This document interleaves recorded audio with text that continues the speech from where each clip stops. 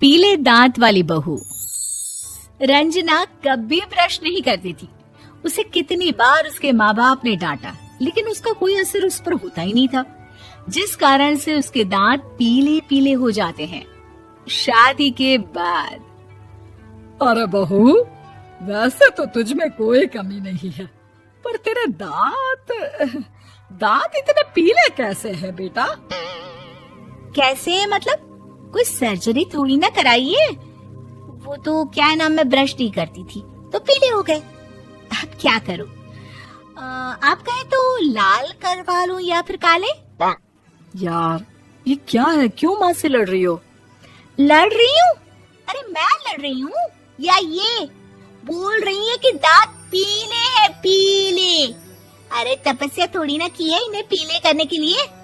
बकायदा ब्रश नहीं किया है 20 साल तक, तब जाकर। छी, कैसी बात कर रही हो? ये उस वक्त तो पीले नहीं थे जब हम लोग तुम्हें देखने आए थे। अरे तब साफ करवा लिया होगा डेंटिस्ट के पास जाकर। अब देखो कैसे पीले पीले लग रहे हैं। रंजना सास की तरफ गुस्से से देखती है। फिर शुरू हो गई पीले पीले पीले। अरे पीले तो तब भी थे जब मेरे हाथ का रसगुल्ला उड़ा उड़ा कर खा रही थी और बोल रही थी, लड़की नहीं गुणों का खजाना दे रहे भाई साहब आप। खैर, अब वो लोग करते भी तो क्या करते, पीले दांत वाली बहू पल्ले पड़ी थी तो झेलना तो था ही। एक दिन कीर्तन में रंजना गाना गा रही थी। अरे कमला बहन, माँ का द्वार है, यहाँ तो सब शुद्ध होकर आते हैं, फिर अपनी बहू को ब्रश भी नहीं करवाती तुम। दूर से पीले पीले दांत भक्ति में बाधा उत्पन्न कर रहे हैं। अरे कोई 2 साल के बच्ची थोड़ी ना लेकर आई हूँ मैं बहू बनाकर। अच्छी खासी लड़की है, अरे कैसे करवाऊं ब्रश? ये तो उसे खुद करना चाहिए ना। अब माँ बाप तो इसके जैसे तैसे निपटा दिए, ये नहीं सोचा कि सास कैसे संभालेगी।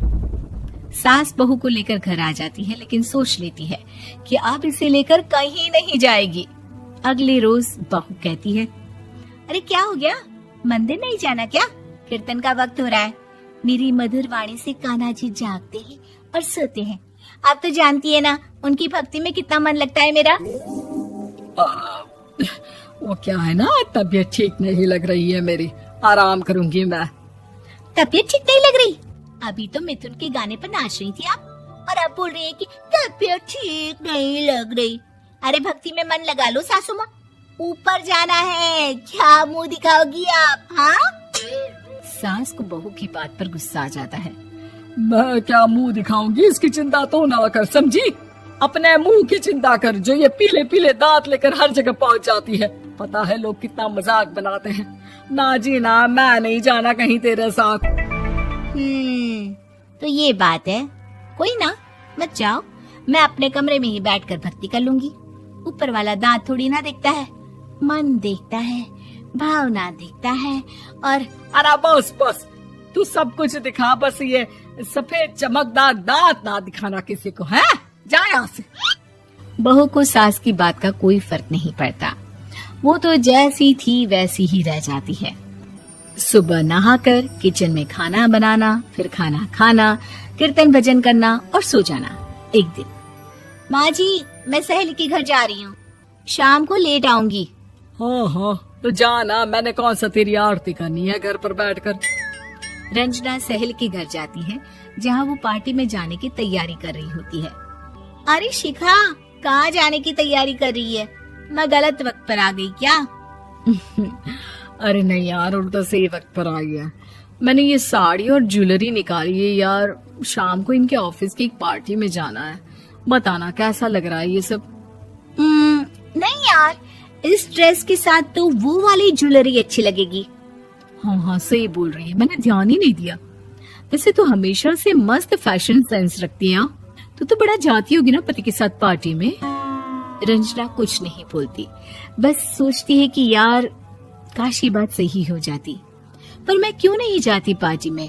क्या इन लोगों की कोई पार्टी होती नहीं होगी? रंजना घर आती है और रात में पति से सवाल करती है, एक बात बताइए, आप मुझे किसी पार्टी में क्यों नहीं ले जाते? क्या आपकी यहाँ ऑफिस में पार्टी नहीं होती? पति बेचारा क्या कहता कि दांत पीले हैं तुम्हारे इसलिए। अरे कोई पार्टी होती नहीं हम लोगों के ऑफिस में, तो कहाँ से लेकर जाऊं? और मार्केट, मॉल, कहीं वीकेंड घूमना, कहीं तो। अरे यार सारे हफ्ते में एक छुट्टी मिलती है, तो सोचता हूँ कि आराम ही कर लूं। क्यों? रंजना मन मार के रह जाती है। पहले कभी सास के साथ मंदिर जाया करती थी, लेकिन वो भी सास ने ले जाना बंद कर दिया। घर बैठी बैठी रंजना बोर हो जाती है। तभी उसे आइडिया आता है और वो मायके जाने का सोचती है। सासू माँ, 2 दिनों के लिए मम्मी के घर जा रही हूँ। अच्छा ठीक है, आराम से जा। और हाँ, माँ से कुछ अच्छी आदत सीख कर आना कि कैसे शरीर के हर भाग की तरह दांतों की सफाई भी जरूरी होती है, समझी? शुरू हो गई ना आप। वो लोग आपकी तरह नहीं है कि छोटी छोटी बात का बतंगड़ बना दे। उन लोगों के लिए मैं मायने रखती हूँ, ना कि मेरे पीले पीले दांत। रंजना माँ को बिना बताए उन लोगों को सरप्राइज देती है, लेकिन जैसे ही वो दरवाजे पर पहुंचती है, अंदर देखती है कि घर वाले कहीं जा रहे होते हैं। अब माँ, काश रंजना दीदी के दांतों वाली प्रॉब्लम नहीं होती, तो वो भी हम लोगों के साथ चलती ना बुआ जी की बेटी की शादी में। हाँ बेटा, लेकिन अब उसे कौन समझाए कि उसको उसके पीले दांत नहीं दिखते, लेकिन उसके आसपास के लोगों को कितना एम्बैरेसिंग फील कराते हैं।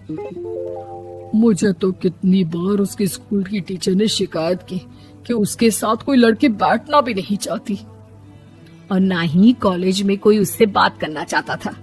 लेकिन पता नहीं क्यों उसे ये बात समझ में ही नहीं आती। कोई कमी नहीं है उस लड़की में, बस यही कि दांत पीले हैं।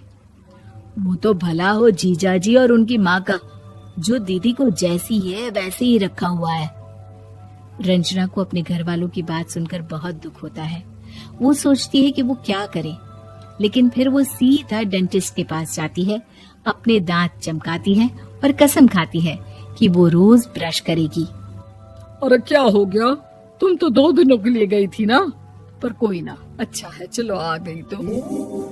रंजना सास के सामने आकर खड़ी हो जाती है और पूरी स्माइल करती है, उसके चमकदार दांतों को दिखाती हुई। हैं? चले मंदिर। माँ, मुझे माफ कर दीजिए, मैंने आप लोगों को बहुत एम्बैरेसिंग फील करवाया। मैं आज से रोज ब्रश करूंगी।